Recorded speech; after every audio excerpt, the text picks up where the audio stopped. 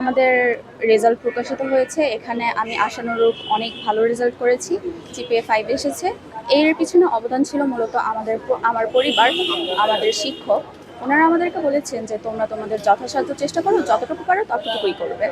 এখন আমরা কতটুকু করতে পেরেছি এটা সব আমাদের বিষয়।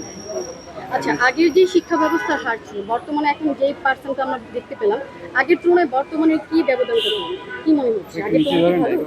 আগে হয়তো দেখা যেত যে খাতায় লিখলেই নাম্বার পাওয়া যেত। এখন হচ্ছে যে আমরা কোয়েশ্চেন অনুযায়ী আমি লিখেছি কিনা, আমি বই থেকে লিখেছি কিনা, অথবা আমি ঠিক লিখেছি কিনা, তার উপর হয়তো ভিত্তি করে এবার নাম্বার দেওয়া হচ্ছে।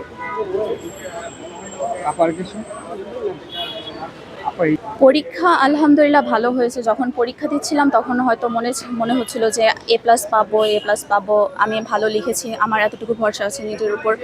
কিন্তু যখন ওনারা রেজাল্টটা ডিলে করছিল, তো তখন আমাদের মনে ভয় ঢুকে গেল যে হয়তো রেজাল্ট এবার আশানুরূপভাবে অনেক খারাপ হয়েছে, যার কারণে আমাদের A+-এর মানও অনেক কমে যাবে। তো তখন A+-এর আশা ছেড়ে দিয়েছিলাম যখন রেজাল্ট আমাদের পিছিয়েছে।